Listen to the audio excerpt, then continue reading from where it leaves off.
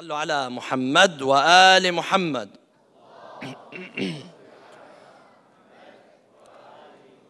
One of the main functions of Islam as a religion is to help us create and maintain and sustain relationships.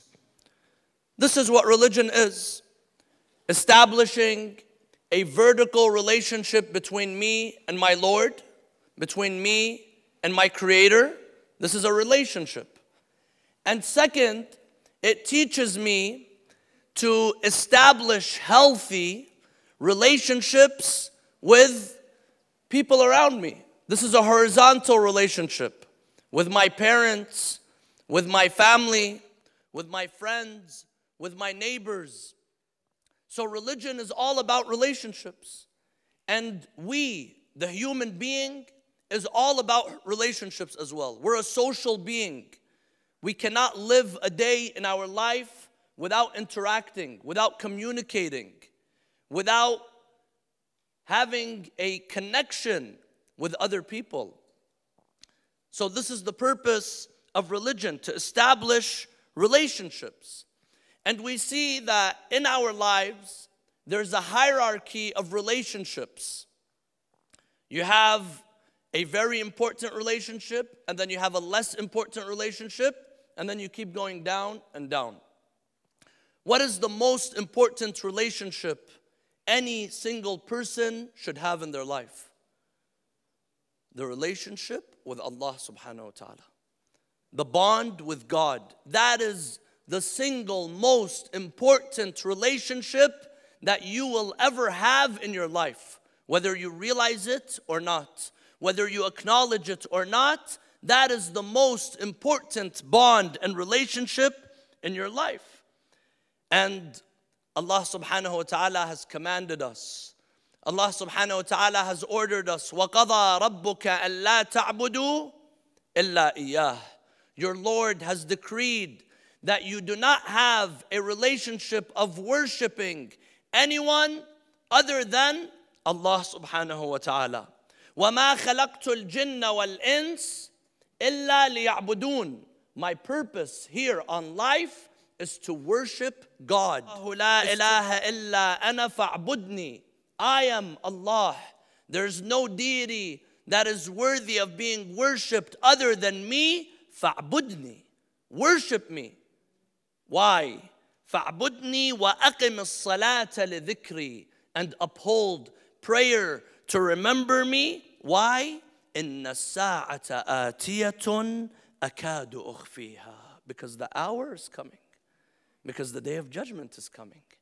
Sometimes when we have relationships, we forget our final destination. We forget where we're going. Have you seen someone driving in a car and they forget where their destination is? This is what our life is. يا أيها الإنسان إنك كادح إلى ربك كدحا فملاقيه. Oh insan, you're struggling, you're striving, you're moving towards your Lord until you will meet your Lord. So this is why, my dear brothers and sisters, the most important relationship that you will ever have in your life is your relationship with your Lord. And sometimes we see some people, they sacrifice that relationship for the sake of other relationships. But that's not how it should be. The most important, the most consequential relationship and bond that you will have in your life should be your relationship with God. Your relationship with Allah subhanahu wa ta'ala. Yes, even if it's your best friends, even if it's the closest person to you, if they are coming in between you and your relationship with God, then that becomes a toxic relationship. The moment any person in your life, whoever it may be, whether it's your best friend, it's your cousins, it's your family, it's your parents, it's your coworker, whoever it is, if that relationship ends up coming between you and your relationship with God, it becomes toxic. It becomes destructive. Why? Because there will come a day where every single person will wish that they did not have any relationship, any bond that came between them and Allah subhanahu wa ta'ala. Whoever it may be, we have a general rule. Even if it's your parents, even if it's your wife, even if it's your husband, even if it's your best friend, your teacher, whoever it may be, if they're telling you to do something to disobey God, you don't obey them. Because we have a general rule. لا طاعة لمخلوق في معصية الخالق. There's no obedience to a creation at the expense of disobeying the Creator. This should be a rule that you have in your life, whether you're at family, whether work, business, career, whatever it may be. This should be the rule that you live in your life. And Allah subhanahu wa ta'ala tells us in the Quran, قُلْ إِنْ كَانَ آبَاؤُكُمْ وَأَبْنَاؤُكُمْ وَإِخْوَانُكُمْ وَأَزْوَاجُكُمْ وَعَشِيرَتُكُمْ وَأَمْوَالٌ اقترفتموها وتجارة تخشون كسادها ومساكن ترضونها أحب إليكم من الله ورسوله وجهاد في سبيل الله فتربصوا حتى يأتي الله بأمره. Allah says in the Quran, if your parents, your fathers, or your children, or your brothers, or your spouses, or your tribe, or your wealth, or your tijara, your business, or your homes are more beloved to you than your relationship with God, then be prepared for the order of Allah subhanahu wa ta'ala. What does Salat Rahim mean? Rahim is the womb of a lady. The womb of the mother is called Rahim. Salat Rahim means you have to keep that blood connection. You have to keep it connected. Anyone who you have blood relationship to. Anyone who's your family, you have a responsibility to this person. You have a duty to this person. And it's actually haram. A lot of people don't know this. It's haram to disconnect with your rahim. It's haram to disconnect with your family. Allah says in the Quran, وَأُولُو الْأَرْحَامِ بَعْضُهُمْ أَوْلَى بِبَعْضٍ. And the family, you have a responsibility and duty to your family. وَالَّذِينَ يَصِلُونَ مَا أَمَرَ اللَّهُ بِهِ أَن يُوصَلْ وَيَخْشَوْنَ رَبَّهُمْ وَيَخَافُونَ سُوءَ الْحِسَابِ. The mu'min is the one who's very careful and cautious not to break that bond with your family, with your relatives.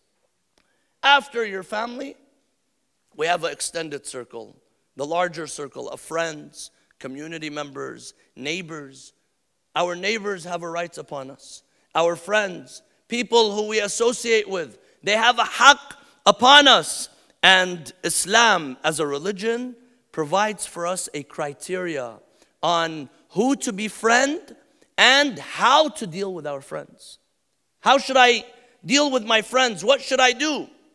Now someone might come and say, what does the religion of Islam have to do with this?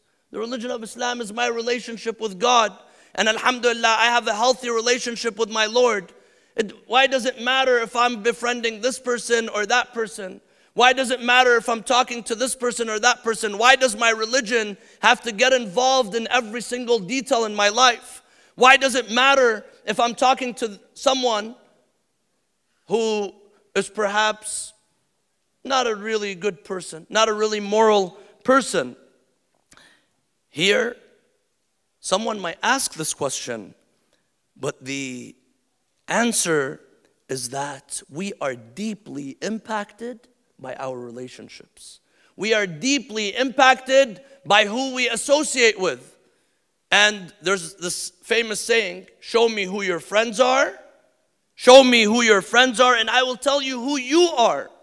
And this saying goes in line with the hadith of Rasulullah sallallahu alayhi wa alihi. He says, "Al-mar'u ala dini khalilih, falyanzur ahadukum man yukhalil." You are on the religion, on the faith of your friends. So tell me, who are your friends? That will tell you which religion, which faith, which madhab you're on. And this is a very important point. A lot of people, they think that it's okay for me to befriend any person out there. And the answer is no. Yes, there are some people who they do not have a bad impact on my life. It's okay to be friends with this person. But sometimes a friend could be very misleading. A so-called friend, not a real friend. This person could end up destroying your life if you end up getting in the wrong crowd. If you end up associating with the wrong person, this could be very destructive to your life, to your afterlife, to your career, to everything that you have in this life. A while ago, a brother comes to me and he tells me, Sayyid, I was raised by a good family. My father goes to work 9 to 5. He's trying to make us live a comfortable life. Even my mom, she started working so that we can live comfortably. But I started associating with the wrong crowd. I started hanging out with the wrong group of people. In the beginning, it was all laughs and jokes and games, and there was nothing wrong with it. But then, later on, the vapes started getting introduced. And then, after that, the drugs started slowly getting introduced. And then the haram relationships got introduced. And slowly, I saw myself turning away from my faith, turning away from my family, turning away from everything that my whole family has been working for. And I found myself lost. I found myself hanging out with the wrong group of people, a group of people that don't want the good for me. But then he tells me, suddenly, I decided to have a change in my life. I woke up and I realized that this is not the way to be. And I changed, my friends. I stopped hanging out with the wrong group of people. And now I'm grateful that I have made that decision. My dear brothers and sisters, there are many people that did not make that decision. There are many people that did not wake up. You know when they ended up waking up? When they got the shock from the angel of death. Or when they got the shock that their whole life has been destroyed. How many times a year do we hear of a youth, a 20-year-old or someone in their 20s or in their teens or in their 30s, suddenly they died and they're bringing their janazah to the masjids and we're attending the funeral of a young person. Just the strangers. It's not just the people that we see far away. Sometimes a toxic relationship could be someone who's very close to you. Maybe someone that you see every day. Maybe this person is a relative. Maybe this person is a family. Maybe this is your best friend. And you haven't realized that this is an unhealthy relationship. Allah subhanahu wa ta'ala in the Quran gives us examples of relationships that turn toxic. Sometimes it might be even the parents. Sometimes the parent could be toxic. Allah subhanahu wa ta'ala says in the Quran, وَوَصَّيْنَا الْإِنسَانَ بِوَالِدَيْهِ حَمَلَتْهُ أُمُّهُ وَهْنًا عَلَى وَهْنٍ وَفِصَالُهُ فِي عَامَيْنِ أَنِ اشْكُرْ لِي وَلِوَالِدَيْكَ إِلَيَّ الْمَصِيرُ وَإِنْ جَاهَدَاكَ عَلَى أَنْ تُشْرِكَ بِي مَا لَيْسَ لَكَ بِهِ عِلْمٌ فَلَا تُطِعْهُمَا. During the time of Rasulullah sallallahu alayhi wa alayhi, there were occasions where certain individuals, they would join the religion of Islam and their parents, they would pressure them to worship idols. That becomes a toxic relationship. Even if it's your parents, even if it's your loved ones, if they're bringing you away from Allah subhanahu wa ta'ala, فَلَا تُطِعْهُمَا. You don't obey them. That's it. Don't obey. لَا طَاعَةَ لِمَخْلُوقٍ فِي مَعْصِيَةِ الْخَالِقِ. No obedience of anyone, any person, at the expense of disobedience to Allah subhanahu wa ta'ala. It's not worth it. It's not worth it, because at the end of the day, we all will stand before Allah subhanahu wa ta'ala and we will be judged by Allah subhanahu wa ta'ala. But when it comes to parents, here's a very important point. When it comes to parents, even if the parents might be telling you something that is wrong, what can you do? Here your hands are tied in Islam. Because when it comes to parents, there's a level of respect. There's a level of obedience. Allah subhanahu wa ta'ala says you have to show them ihsan. You have to love them. But if they're telling you to disobey Allah, all that you can do is don't obey them in that matter. But you have to still love them. You still have to show them respect. You still have to show them ihsan. Today, there's a trend going on. I see some of the youth, inshallah none of them are in this room. They come and they tell me, Sayyid, my parents are toxic. Your parents are toxic? Who was the one who fed you?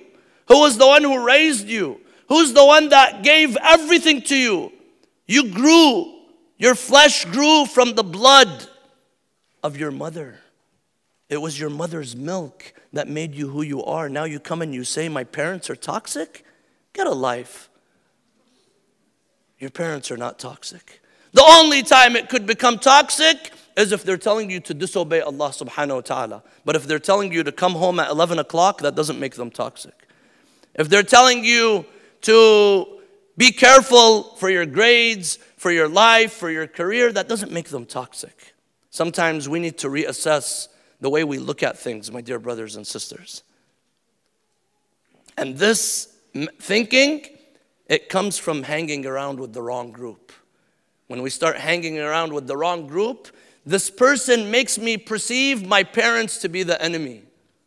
They make me perceive my religion to be the enemy, my values to be the enemy. No, your parents are not the enemy. Your religion is not the enemy. Your religion wants you to be a better person. Allah subhanahu wa ta'ala wants you to build this life and the afterlife. So this is one type of relationship. Sometimes Allah subhanahu wa ta'ala describes a toxic relationship could be the kids. Inshallah, when you have kids, one of the biggest tests that every single parent is tested with is their kids. إِنَّمَا أَمْوَالُكُمْ وَأَوْلَادُكُمْ فِتْنَةٌ. Allah subhanahu wa ta'ala will test you through your children. And some of the greatest individuals were tested with their children.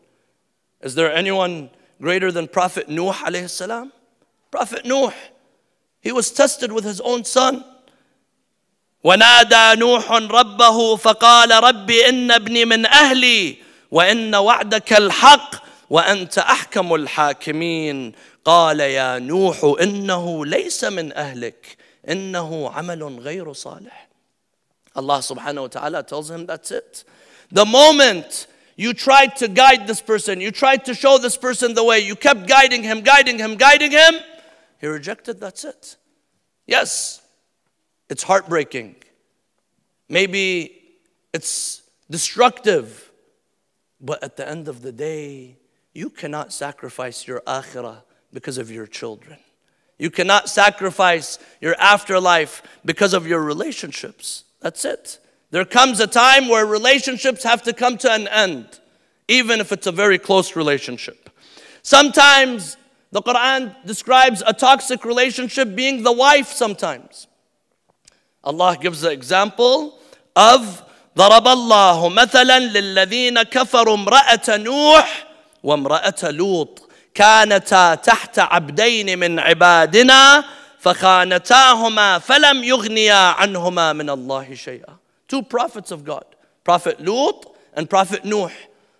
They were prophets of God, but their wives were not believers. Their wives were not believers, that's it. This becomes a toxic relationship. Sometimes it's the husband, the Quran mentions. Allah subhanahu wa ta'ala says in the Quran, وَضَرَبَ اللَّهُ مَثَلًا لِلَّذِينَ آمَنُوا امْرَأَةَ فِرْعَوْنَ إِذْ قَالَتْ رَبِّ ابْنِ لِي عِنْدَكَ بَيْتًا فِي الْجَنَّةِ وَنَجِّنِي مِنْ فِرْعَوْنَ وَعَمَلِهِ وَنَجِّنِي مِنَ الْقَوْمِ الظَّالِمِينَ. Asiyah bint Muzahim, she was a believer, and her husband was Fir'aun, a man who used to say, أَنَا رَبُّكُمُ الْأَعْلَى. He began to torture her. He began to abuse her and torture her. He places a huge boulder on her body. He tells her, accept me to be God. She says, oh Allah, I don't want the mansions and the palaces and everything in this dunya. رَبِّ ابْنِ لِي عِنْدَكَ بَيْتًا فِي الْجَنَّةِ. Build me for you a house in paradise. وَنَجِّنِي مِنْ فِرْعَوْنَ وَعَمَلِهِ. Yes, disconnect with any relationship that is toxic. So here, from the Quran, we understand that any relationship, we're not immune. Any relationship could turn toxic. This is why it's very important for us to be very careful of our relationships. This is why we have to choose. Yesterday we spoke about the two gifts that Allah subhanahu wa ta'ala has gifted us. The ability to think and ponder and make decisions. And what was the second gift? Choice. You have free choice. Just like you can choose your religion, also choose your friends. Choose who you associate with. Sometimes, even if someone is funny, even if someone keeps cracking jokes and they're really funny, is it worth it? It's not worth it. Is it worth losing the akhirah? Is it worth sacrificing the afterlife for the sake of that friend? No. Now, what should I do with these people? Depends who it is. If it's just a friend, then that's it. End the relationship. End the relationship. It's not hard. You end it. You disassociate with this person. You escape from this person, because this person will end up destroying your life and your afterlife. If it's rahim, if it's a blood relative, if it's family, here we can't disconnect totally. Remember we talked about qati'at al-rahim is haram. You can't disconnect with family, but what you can do is make it less. That's it. Draw boundaries. Draw boundaries. Draw a perimeter around this person. Don't always associate with this person. On the day of Eid, you call this person, Eid Mubarak, Salaam Alaikum, and that's it. You don't have to every day hang around this person, every day associate with this person. This is how you should do. Be responsible for the decisions that you make. Now, we mentioned one of the first requirements for a relationship, or how do I know if I'm in a toxic relationship with someone? Ask myself this question. This person could be my brother. This person could be my friend. This person could be my neighbor. This person could be your spouse. This person could be anyone who you hang around with. Ask this question. Does my relationship with this person bring me closer to God, or does it bring me further away from God? And you answer the question. You answer. Ask yourself, me associating with this person, is this a relationship that's healthy for my akhirah, or is it not healthy for my akhirah? When you get the answer, then you will be able to make the correct decision. Now, Imam al-Sadiq alayhi salam, sallu ala Muhammad wa ali Muhammad.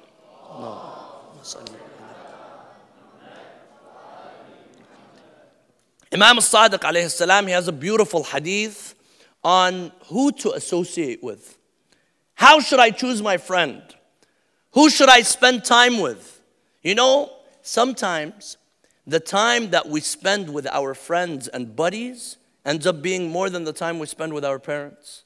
It ends up being more than the time we spend at school. It ends up being more than the time that we spend in the masjid, more than the time we spend with Allah. So it's a very important relationship.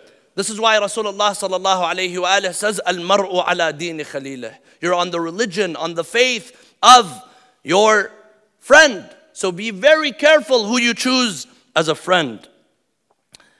Imam Sadiq alayhi salam, he says, لا تكون الصداقة إلا بحدودها. It's not a relationship. It's not a friendship. Maybe someone I see. You don't have to consider this person a friend, a buddy. Maybe it's a person that I just associate with. Maybe it's someone at school. Maybe it's a coworker. لا تكون الصداقة إلا بحدودها فمن كانت فيه هذه الحدود أو شيء منها فانسبه إلى الصداقة. Then the Imam alayhi salam, he gives 5 conditions. He says if these apply to your friend, the person that you choose as a friend, then later on say this person is my friend. And then he says, وَمَنْ لَمْ تَكُنْ فِيهِ شَيْءٌ مِّنْهَا فَلَا تَنْسِبْهُ إلى شيء من الصداقة. But if these do not apply, then you don't consider this person your friend. So what is it? فأولها, first, أن تكون سريرته وعلانيته لك واحدة. What does this mean? This means that this person in public and in private, they're the same with you. There are some people in public, Assalamu alaikum, and then in private, they make fun of you. In private, they're backbiting. In private, they're going to talk about you. Is this person really a friend? Is this person you really want to associate with? No. أن تكون سريرته وعلانيته لك واحدة. Meaning in secret and in private, in public and in private, it's the same. This person doesn't change. If I love you, then I'm going to love you in private or in public. I'm not going to talk behind your back. I'm not going to laugh in your face and then stab you in your back. There's a lot of people that have that disease, by the way. In front of people, this is nifaq. This is hypocrisy. Where in front of your face, they laugh, they smile, they praise you. Behind your back, they talk about your back. This person's dangerous. Stay away from this person. This is one. Second, والثانية أن يرى زينك زينة وشينك شينة. This person, they will see that if something good happened to you, they will say, this is good happened to me. They want the good for you. And if something bad happened to you, they will consider it bad for them. Advance, the moment you grow, the moment you reach their level, they start looking at you. No. They start getting uncomfortable. Is that person worthy of being your friend? Is that person someone who is worthy of you spending your time with? No. Because إِنَّمَا الْمُؤْمِنُونَ أُخْوَةٌ. The brothers, the mu'mineen, they are brothers. They love one another. They care for one another. Ahib, love for your brother, for your mu'min, what you love for yourself. If I want to have a nice car, why should I not want that for my brother? If I want to have a nice house, why should I not want that for another mu'min? But there are some people, they only want the good for themselves. And they get uncomfortable when someone else has it. This was the second. Third, والثالثة أن لا تغيره عليك ولاية ولا مال. This person is not changed. Suddenly, this person has power. Suddenly, this person became rich. And then you talk to them, you see they're looking down at you. You see they're making fun of you. Suddenly, they become better because they have wealth and they have power. And this is dangerous. This is dangerous. Because Allah says in the Quran, إِنَّ الْإِنسَانَ لَيَطْغَى أَنْ رَآهُ اسْتَغْنَى. Once a person feels that they're ghani, feels that they're rich, feels that they don't need anyone, they start transgressing. They start abusing. They start hurting other people with their words, with their actions, with their manners.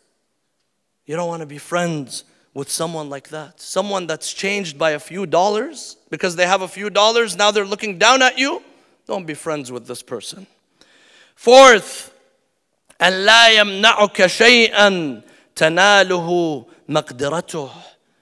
If this person is able to help you, if I have the power and ability to help this person, and I don't, then that means this is not a good friend. Because what's a friend for? A friend is someone that you have to rely on. Someone that will step up for you. Someone that will be there for you in a time that you're in need. But when you're in need, they are able to help you and they refuse to help you. This person is not good to be friends. Don't be friends with this person. Don't waste your time with this person. Don't waste your life with someone like that. وَالْخَامِسَةِ, and the fifth, according to Imam al-Sadiq alayhi salam, he says, وَهِيَ تَجْمَعَ الْخِصَالِ. And this, it gathers all of them. It gathers all of them. It sums up all of them. And لَا يُسَلِّمَكَ عِنْدَ النَّكَبَاتِ. This person will not let you down in time of distress. In time of distress. Now, I'm not in distress. I don't need anyone. But there might come a time when I'm in distress. That is when you will know who your real friends are. When you're in need. When you're struggling. Maybe financial struggle. maybe mental struggle, maybe emotional struggle, maybe psychological struggle. That's when you know who your friends are. That's when you know who will stand with you, who's not going to give up on you. Other than these, my dear brothers and sisters, it might be a toxic relationship. Toxic relationship could be destructive to your life, to your afterlife. This is why you have to be very careful. And my dear brothers and sisters, this is why Islam focuses on relationships. Because if you have a healthy relationship in life, you will excel. You will excel. Healthy relationship with God, healthy relationship with your family, with your parents, with your friends. In fact, we are defined by our relationships. That's how we're defined in life. They asked this person, how is this person? This person has a healthy relationship with God. This person is trustworthy. This person is honest. This person could be relied upon. That is how you are defined, through your relationships. And this is why Islam as a religion, it's not just all spirituality, salah, zakat, hajj. Islam focuses on these type of things. Imam Sadiq alayhi salam, he says in a hadith, he says, if you want to define what a mu'min is, who is a believer, he says, لا تغتروا بصلاتهم وصومهم وزكاتهم وطنطنتهم بالليل. He says, do not be misled when you see someone praying and fasting and giving zakat and طنطنتهم بالليل, meaning going up and down, ruku' sujood in the middle of the night. So they ask him, then how do we know who's a mu'min? How do we know who's a believer? He tells them, انظروا إلى صدق الحديث وأداء الأمانة. Two things. Is this person honest? And is this person trustworthy? That is how you know who a mu'min is. That is how God defines who a mu'min is. Because your prayer, your fasting, your hajj, all of that, that's between you and God. But Allah subhanahu wa ta'ala doesn't want me to be a person living in a box, living in a shell, and just praying to God. Your religion is supposed to make you a better person. Your religion and your values and your Islam, that's supposed to make you be a person that people in society are going to say, MashaAllah, I'm proud of this person. And people are not going to say, MashaAllah, because you're praying. People are going to say, MashaAllah, when you're truthful. When you could be trusted. And that is who you should choose as a friend, my dear brothers and sisters. We ask Allah subhanahu wa ta'ala to bless you all. We ask Allah subhanahu wa ta'ala to make us build healthy relationships. You don't have to have many friends. There are some people, they say, if you tell them this, they say, but say it, that means I'll only have 1 or 2 friends. So what? Have 1 or 2 friends. Do you want to have bad friends or you want to have a good friend? It's about the quality, not about the quantity. So we ask Allah subhanahu wa ta'ala to make us have healthy relationships in this life. For our relationships are what build the afterlife. Let us raise our hands in dua. These are the nights of the holy month of Ramadan. We ask Allah to bless you all and to help us be of those who take advantage and benefit from the nights of the holy month of Ramadan. Allahumma inni as'aluka an taj'ala fima taqdi wa tuqaddir min al-amr al-mahtum fi al-amr al-hakim min al-qada' alladhi la yurad wa la yubaddal أن تكتبني من حجاج بيتك الحرام المبرور حجهم المشكور سعيهم المغفور ذنوبهم المكفر عن سيئاتهم وأن تجعل فيما تقضي وتقدر أن تطيل عمري في خير وعافية وتجعلني وتوسع في رزقي وتجعلني ممن تنتصر به لدينك ولا تستبدل بي غيري. أعوذ بجلال وجهك الكريم أن ينقضي عني شهر رمضان أو يطلع الفجر من ليلتي هذه ولك قبلي تبعة أو ذنب تعذبني عليه. وإلى أرواح المؤمنين والمؤمنات نهدي ثواب الفاتحة مع الصلوات.